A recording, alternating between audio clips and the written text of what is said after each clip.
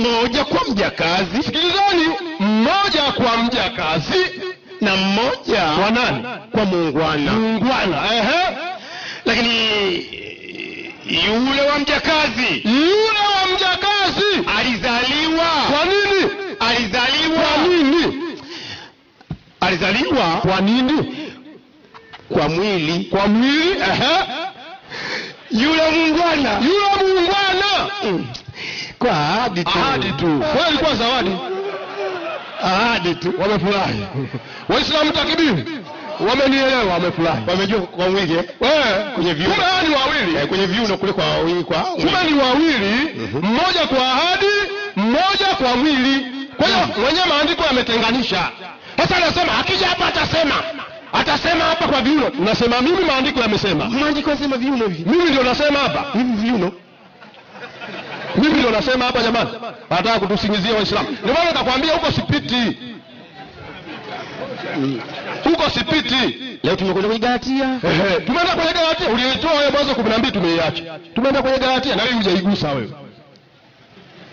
Alafu hao wanashiriki wivu wa Sara. Lakini cha ajabu katika mambo mengi anasema Ismaili ni mtoto wa nje ya ndoa.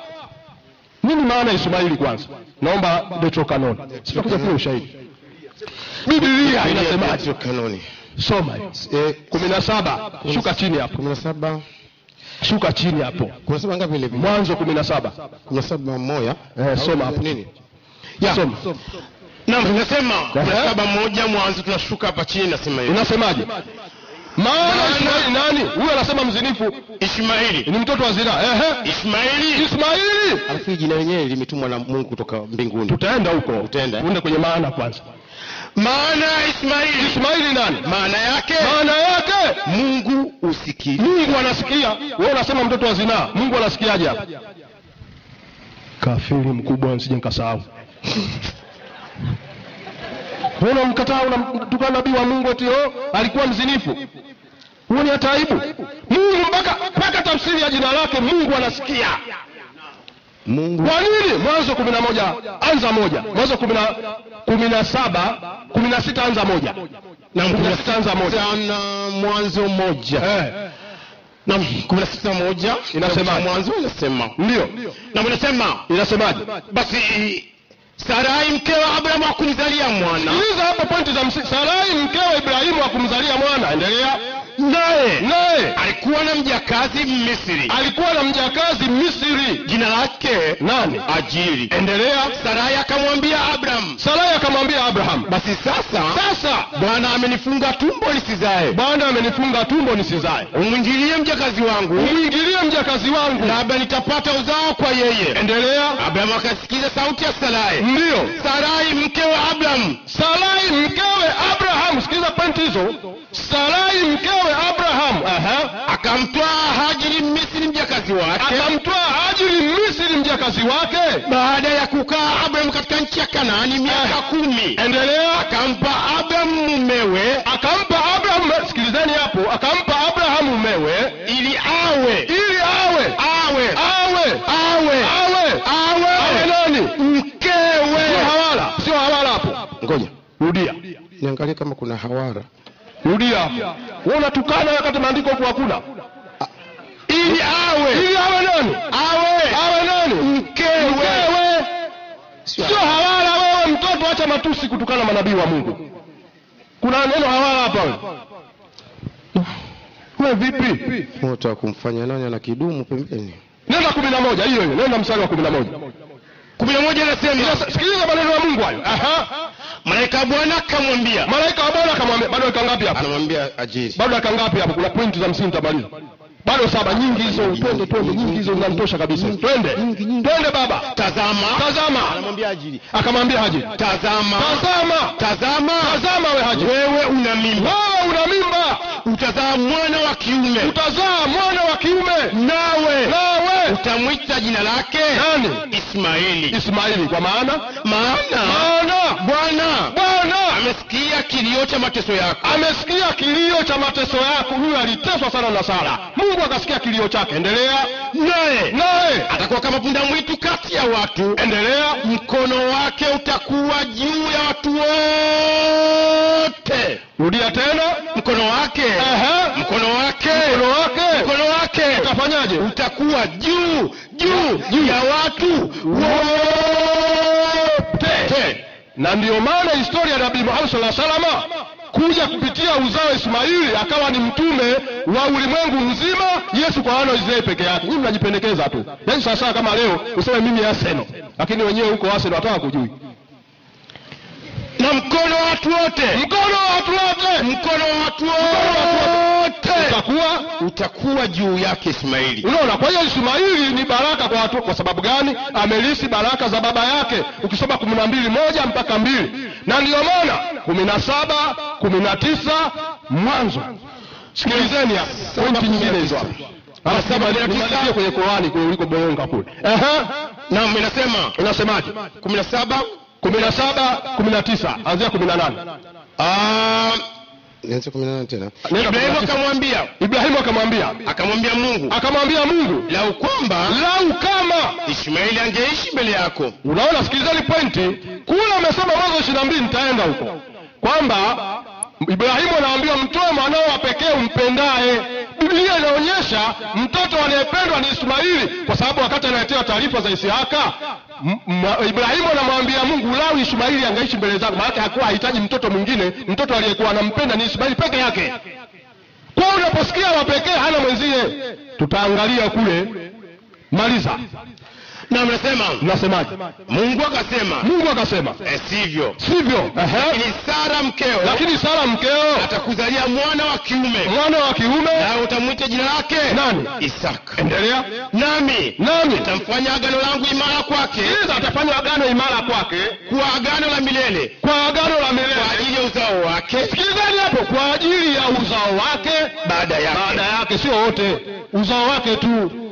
Msomaji, Qur'ani sura ya 37, nenda aya 100.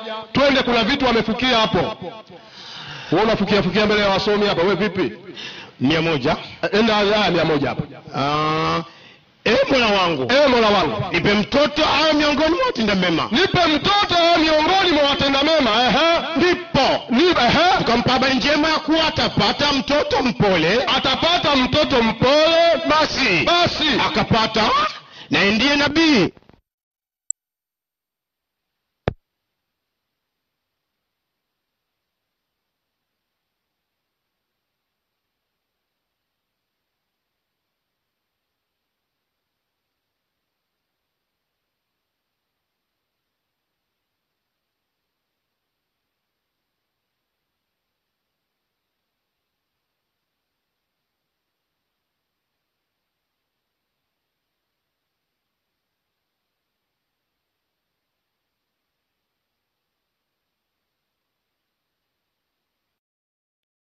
Lakini jambo lingine la msingi ni kwamba watoto wa Ibrahimu, tutakuja kufafanua kwenye dakika za nyongeza, kuonyesha wazi kwamba haiwezekani Isaka awe mwana pekee.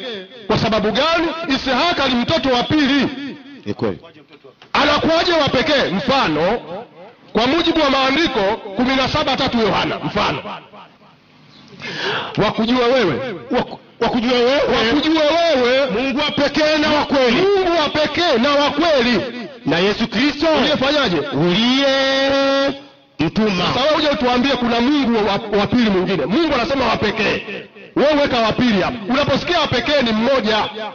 Na ndio maana Mwanzo 22:1 ulioenda wewe sasa. Sikiliza hapo kubomoa hapo sasa. 22 umekimbilia hapo. Mungu anakuangalia tu. Sasa angalia hapo, Biblia inakuacha. Ikawa baada ya mambo hayo, Mungu alimjaribu Ibrahimu akamwambia, Ibrahimu. Naye akasema, ndio mimi hapa. Akasema, ndio, umchukue mwanao. Ndio, mwana wako wa pekee. Hawezi kuwa Isihaka hapa. Kisha umpendaye. Wakasema nani? Sasa ndio mchomeko unaingia hapo. Isihaka. Sasa Isihaka wa pekee wakati wa pili. Nenda 17. Nenda 17 hiyo. 19. Nenda 19 hiyo. Maliza 19. Inasema Wanasema muda, tutaimalizia mwisho hiyo. Tuone kama ni kweli alikuwa huyo hapo. Moto. Na natosha. Gari imewaka hapo sasa. Inatosha. Naomba maiki kidogo tukiwe sawa. Waislamu, mada imesikika. Siwezi kutia neno. Mada dume, mada asali, mada biliani. Mwenyekiti mwenza, karibu. Nadhani tusipoteze muda sana, acha watu wapate elimu. Ustadhi ama muhadhiri Dominic Mapima, hebu nenda ukafundishe Waislamu mada hii.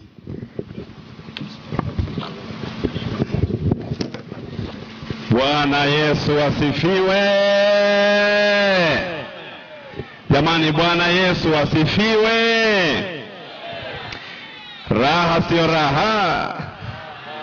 Tunamshukuru sana Mwenyezi Mungu kwa sababu kwa kweli rafiki zetu hawa ambao wako hapa, marafiki zetu hawa wapendwa, mimi naona wao wanakuwa ubao wa kutusaidia sote kupata elimu, kupata ukweli. Bwana Yesu asifiwe sana. Na kama wewe utafungua moyo wako vizuri, ukaangalia balance ya hii mijadala vizuri, utagundua ukweli. Ndio maana tangu mwanzo nilisema usikae hapa kishabiki, kaa hapa kwa kujifunza. Na sisi hatushughuliki na hawa wanaweza kupinga mambo tu, lakini sisi nia yetu ni kushughulika na wewe, maana wewe nia yako ni kuelewa. Na naamini baada ya mikutano hii hakuna mtu atakayesalia kama alivyo. Sasa naomba moja kwa moja nitembee katika maeneo ambayo rafiki yangu amepita. Katika maeneo ambayo Mbogo amepita, sasa nitaomba tumpime vizuri rafiki yangu Mbogo kwa haya yote ambayo ameyasema. Katika hoja zake ambazo amezitoa hapa, kwanza hakuonyesha mahali popote wala hakuweka bayana, maana naona kama alikuwa anahama mada, anaelekea huko anaelekea kule, lakini hoja ya msingi hapa ni kuwa ni mtoto gani aliyekusudiwa kutolewa sadaka. Kwa hiyo amejaribu kuzunguka sana, lakini Ustadhi Omar alikuwa hapa ameweka bayana na kila mtu ameelewa. Bwana Yesu asifiwe sana. Sasa haya machache ambayo ameyajenga, hebu naomba tusafishe hali ya hewa. Bwana Yesu asifiwe. Jamani, tuwasafishe hali ya hewa. Haleluya. Hali ya hewa ya kwanza aliyoichafua Mbogo, anasema ya kwamba ati kitendo cha Ustadhi Omar kusema ya kwamba tendo la Ibrahimu kumuingilia Hajar ilikuwa ameteleza kwa sababu mke wa ndoa halali alikuwa ni Sara, tendo hilo ni kuwatukana manabii na ya kwamba manabii hao hawawezi kosea. Sasa naomba nimkumbushe rafiki yangu kuzungumzia mahali ambapo manabii wana udhaifu kidogo, maana manabii wale hawakuwa wakamilifu na wenyewe walikuwa pia wanajisalimisha kwa Mwenyezi Mungu. Hawakuwa wakamilifu, hata katika Uislamu hilo linajulikana. Sasa kuzungumzia udhaifu wa nabii wala sio kumdhalilisha huyo nabii, maana kuna mahali wameshinda na kuna sehemu walikuwa wameanguka kidogo, na imefanyika hivyo ili kutuimarisha sisi ambao tunajifunza kutoka kwao. Bwana asifiwe sana. Sasa kama ni kuwadhalilisha manabii, alasikiliza uone, nakupa tukamfano kidogo. 47:19 Qur'an. Maandiko ya Qur'ani yanasemaje? Mbogo uwe unasoma vizuri Qur'ani kabla hujajenga hoja, maana haya maandiko kuna wakati atakukataa kama hivi nalokataa sasa hivi. 47:19 inasemaje? Anasema kuzungumzia udhaifu wa manabii ni kuwadhalilisha. Qur'ani inasemaje? Twende. Jua ya kwamba, sasa sikiza hapo, Qur'ani inasema jua ya kwamba hakuna abudiwe kwa haki ila Mwenyezi Mungu. Muhammad anaambiwa hakuna abudiwe kwa haki isipokuwa Mwenyezi Mungu. Twende. Naomba maghfira, na Muhammad anaambiwa naomba msamaha, twende, kwa dhambi zako na dhambi za Waislamu waume. Unaona mwandambo unaenda mwendo ule wa usema Omari, sio wewe? Ayarudia tena pale, twende vizuri.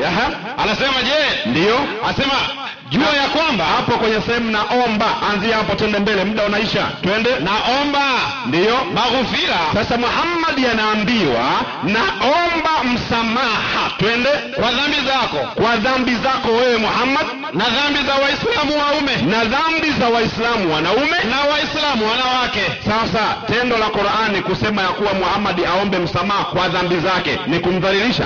Hapana. Sasa kwa nini kule kwa Ibrahimu kuonyesha kwamba Ibrahimu aliteleza unasema Ibrahimu alidhalilishwa? Kwa hivyo ni lazima uangalie balance ya haya maandiko. Lakini sio swala la Ustadhi Omar, hata Mwenyezi Mungu mwenyewe alitambua ya kwamba hapo Abrahamu alikuwa ameteleza, ingawa kosa halikuwa la yule mtoto, lakini aliteleza na Mwenyezi Mungu alimwelekeza Ibrahim nini la kufanya.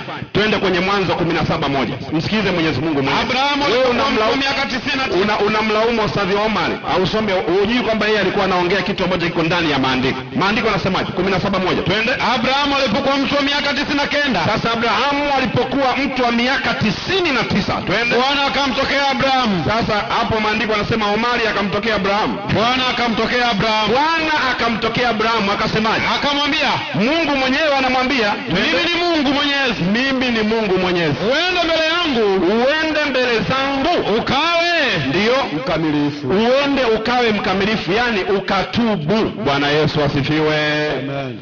Kwa hivyo Abrahamu akatubu na Mwenyezi Mungu akamghufiria ama akamsamehe. Kwa hivyo swala hili la kwamba Ibrahimu alikuwa katika hali hiyo wala si tatizo na sio kuwatukana manabii. Hivyo ndio maandiko yanavyosema, maana wanadamu wote tunategemea nusura ya Mwenyezi Mungu. Si hata Waislamu wanasema tumswalieni mtume, tumuombe rehema, huruma na amani, kwa sababu yeye ni binadamu pia, kuna mahali aliteleza na tukitaka tuingie huko tunaweza, kuna maandiko mengi sana, sitaki huko twende. Haya, jambo jingine, kuna swala la watoto wa Ibrahim. Rafiki yangu mdogo alisoma Galatia 4, alafu alikuwa mjanja mno, na naombeni leo mgundue ujanja wanaotumia rafiki zangu hawa, na nawaambia tuko na mioyo ya dhati kabisa kuwaambia umma watu wa Tanga, chunguzeni haya mambo. Bwana Yesu asifiwe sana. Kuna ujanja unafanyika kwenye kusoma maandiko. Sasa rafiki yangu kasoma wa Galatia, alafu aliposoma wa Galatia amekatakata, akataka kumuingiza pale Ishmaeli kwamba ndiye mwana wa viuno, ndio mwana wa pekee. Sasa baada ya kumaliza kumuinua Ishmaeli kwenye ile andiko, hakumalizia chini. Kuna aya akamtuliza msomaji, hakuzimalizia. Sasa mimi naomba tuzimalizie leo, hadhara hii igundue mambo aliyoyaficha Mbogo, na wale wenye nia ya kuokolewa wakubali kumwamini Mungu wa mbinguni. Haleluya. Amen. Nenda Galatia 4:29. Inasemaje? 29 anasema. Twende. Lakini sasa hapo hakufika, alianzia kule juu. Si maagano mawili, moja mlima Sinai, moja ya nini? Twende pale. Nenda aya 29. Inasemaje? Lakini kama vile siku zile, twende. Yule aliyemzaliwa. Ndio. Yule aliyezaliwa kwa ajili. Sasa pale wametakwa mwili bwana. Pale wametajwa aliyezaliwa kwa mwili na aliyezaliwa kwa ahadi. Bwana Yesu asifiwe. Sasa yeye ile kuzaliwa kwa ahadi, kuzaliwa kwa mwili, ndio akataka kumfanya kuwa mwana wa agano. Sasa sikiza Mungu mwenyewe anasemaje, sehemu ambayo hujamalizia, mimi namalizia sasa, hata kama moyo unakuuma. Haleluya. Endelea sasa, twende. Yule aliyezaliwa kwa mwili. Sasa kama vile siku zile, yule aliyezaliwa kwa mwili ambaye ni Ishmaeli, twende. Alivyomuudhi yule aliyezaliwa kwa roho. Alivyomuudhi yule aliyezaliwa kwa roho ambaye ni Isaka, twende. Ndivyo ilivyo sasa. Na hata sasa uzao wa Ishmaeli waliozaliwa kwa mwili utawaudhi waliozaliwa kwa roho. Endelea sasa, twende. Lakini nasemaje andiko? Sasa hapo ndio Mbogo wa kufika. Maandiko yanasema lakini nasemaje andiko? Twende. Mfukuze mjakazi na mwanawe. Kwa maana mwana wa mjakazi ambaye ni Ishmaeli, twende. Hatarithi kabisa pamoja na mwana wa Mungu. Haleluya. Jamaa akachomoa, yani kaishia hapo, kachomoa fuse, afa kaanza kumuinua Ishmaeli. Wakati kule mbele kwenye hoja ya agano, mimi najua uzao wa Ishmaeli unahusika kwenye mpango wa kuokolewa. Kama hivi mnavyokuja hapo mjifunze, muamini Yesu muokolewe. Bwana asifiwe sana. Lakini mtu ambaye mtoto wa agano na aliyekusudiwa kutolewa sadaka ya kuteketezwa, na uzao uliopewa agano ni uzao wa Isaka. Haleluya.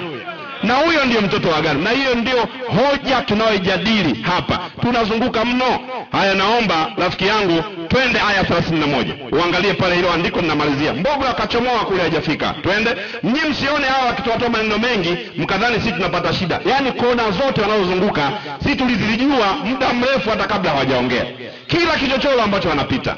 Kwa hiyo tunasubiria tu tuje tuweke hali ya hewa vizuri, na hata sasa hivi usafi wa hali ya hewa unaendelea. Haleluya. 31 anasemaje? Twende. Zilikuwa ni pressure za kazi. 31. Anasema twende. Ndipo sasa. Ndio. Ndugu zangu. Sisi si watoto. Ndio.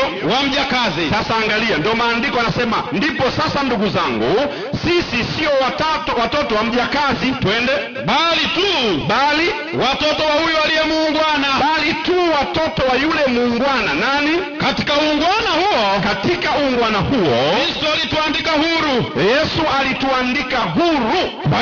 Kwa hiyo simameni, ndiyo, wala msinaswe tena chini ya kongo la utumwa kwenda kwa mtoto ambaye hana agano. Bwana Yesu asifiwe.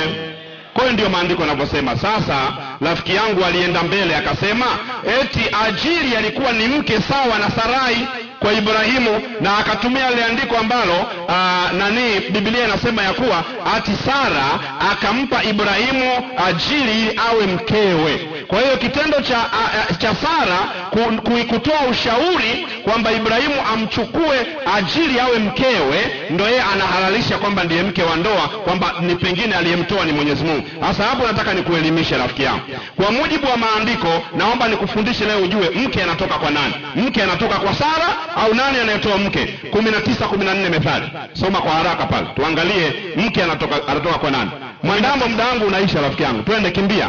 19 sura ya 19:14 Methali inasemaje? 19:14 Methali. Anasemaje? Nyumba na mali ni urithi apatao mtu kwa babaye. Nyumba na mali ni urithi apataye mtu kwa babaye. Bali mkewe, bali mke mwema mwenye busara, ndio mtu upewa na Bwana. Anayetoa mke ni Mungu. Bwana Yesu asifiwe. Haya, Mungu awabariki. Asanteni. Bwana Yesu asifiwe.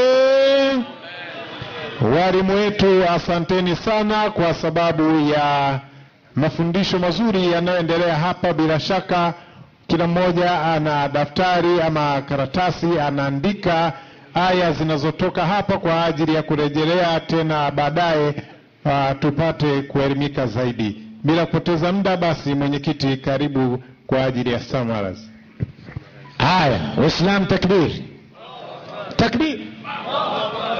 Bwana mdogo ametikisa kichaka vikao vingi huko nyuma. Babu, nenda kamalize.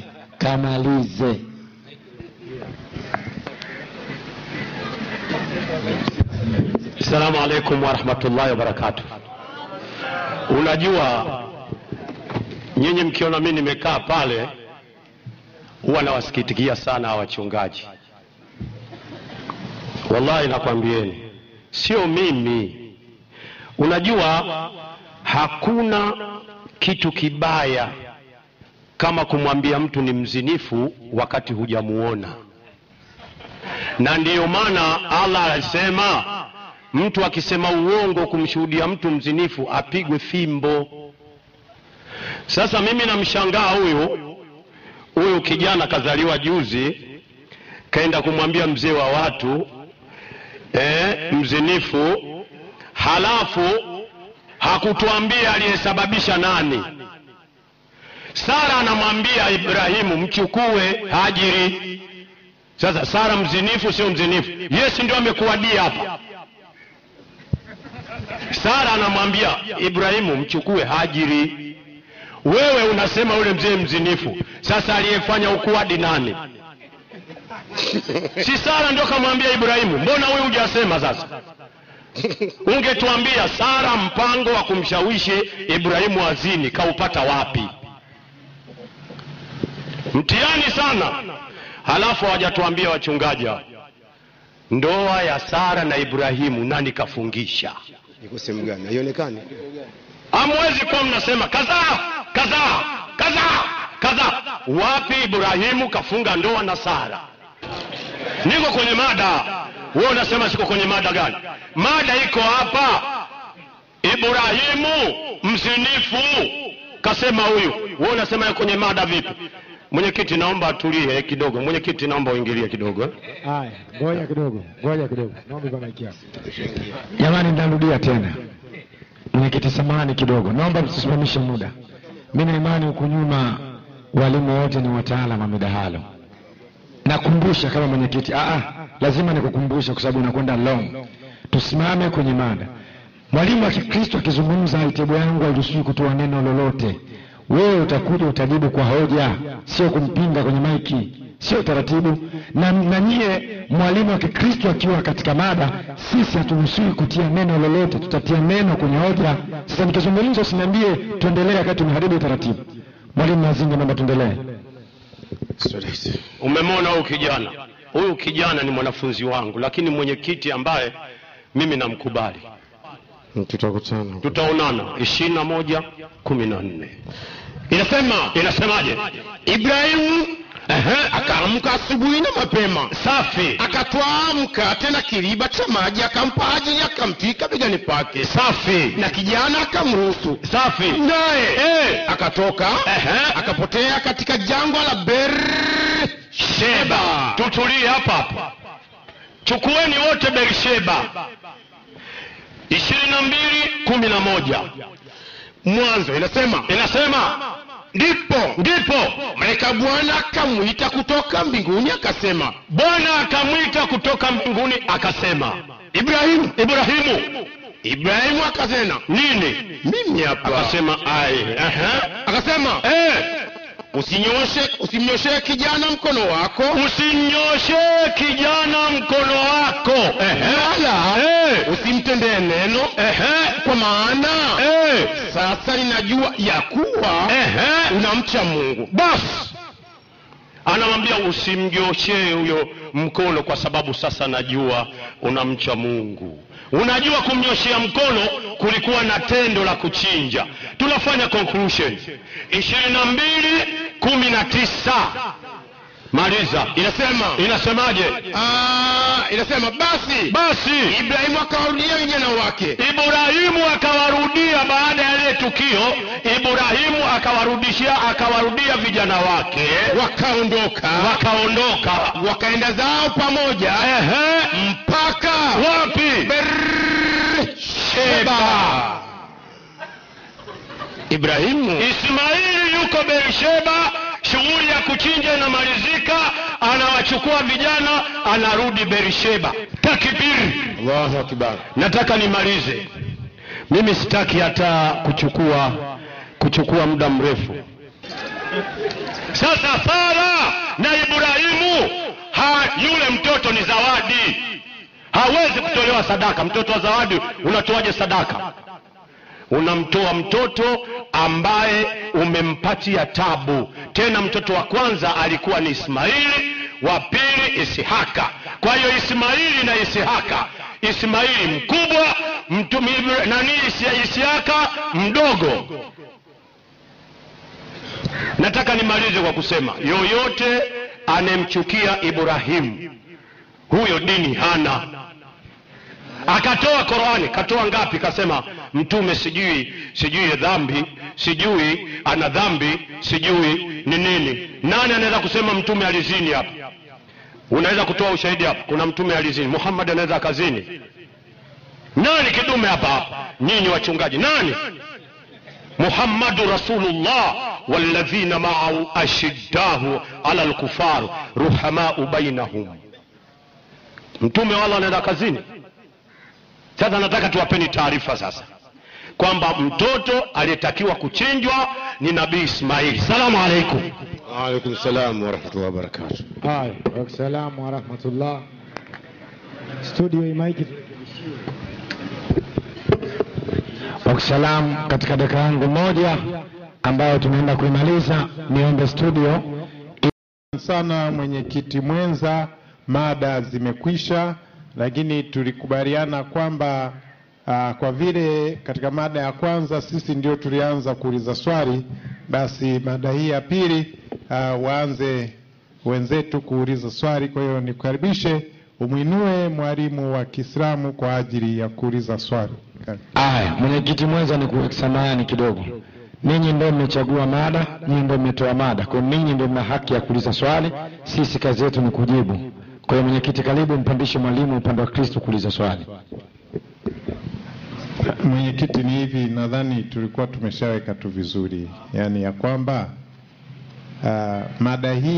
mada ya kwanza tulianza sisi kutoa mada ya pili mlitakiwa kuanza kutoa mada ninyi, lakini mkasema kwa sababu mlikuwa bado hamjajiandaa vizuri, acha ianze huku, ili nadhani tulikuwa tumeshakubaliana.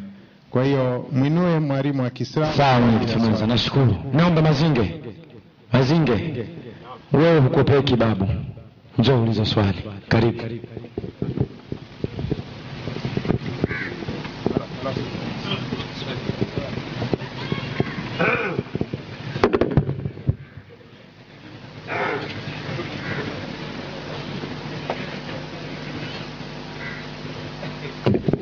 Assalamu alaikum wa rahmatullahi wa barakatuh. Unajua kuna dakika 3 za kuuliza alafu 5 za kujibu. Unajua vitabu vya Mungu kuvijua unakuwa huna wasiwasi na mtu yoyote katika dunia hii. Na maswali yangu mimi huwa simple. Sasa nauliza swali dogo alafu angalia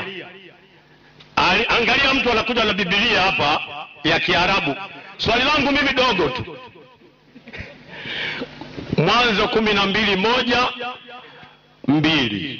12:1-2. Naam. Mwanzo 12:1 mpaka 2 nasema, Bwana akamwambia Abraham, naam, toka wewe katika nchi yako safi na jamaa zako, naam, na nyumba ya baba yako, naam, uende mpaka nchi nitakayokuonyesha, naam, nami naam, nitakufanya wewe kuwa taifa kubwa, safi, na kukubariki, safi, na kulitukuza jina lako, safi, nawe uwe baraka, safi, nami nitabariki kubarikio, safi, naye akulaanie nitamlaani. Basi Mungu anasema kwenye Biblia atakemlani Ibrahimu na yeye atalaaniwa.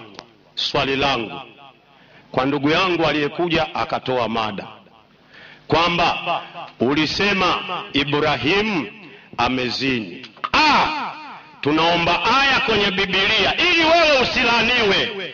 Tunaomba aya Mwenyezi Mungu kwenye Biblia alipomwambia Ibrahimu umezini. Aya, asante. Swali dogo sana. Kama ipo, nipo, haipo. Mwenyekiti karibu. Nadhani tuwekane sawa tu mwenyekiti, ya kwamba mada yetu ya leo ni kwamba kati ya Ishmaeli na Ishaka ni nani aliyekusudiwa kuchinjwa? Ndio mada ya msingi. Twende tu vizuri. Wakati walimu wanazungumza, kuna maneno ambayo yanaweza kuwa yanajitokeza, unachomeka hivi, anaingiza hivi maneno kwa ajili ya kufafanua mada. Kwa hiyo yale maneno yanayoingia katikati ya mada tusiyakuze na kuyafanya yenyewe ndiyo yabebe uzito wa mada.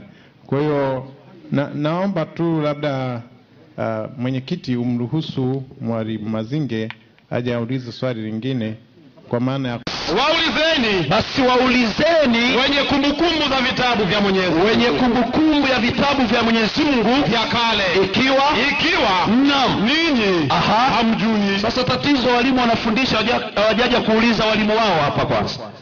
Sasa naomba nirejee maswali yangu. Maswali yangu ni mawili na mwenyekiti niseme bado hayajajibiwa. Swali lilikuwa rahisi sana. Nimetoa aya katika Biblia waliokuja nayo wao wenyewe, wamekuja na Biblia ya Afrika. Hatukuileta sie, wameileta wao wakaitumia mada iliyopita, na sisi tumetumia Biblia ile ile waliokuja nayo. Na Biblia hiyo hiyo msomaji 11:17 Waebrania, soma tena. Ninairudia mwalimu. Anasema ndio. kwa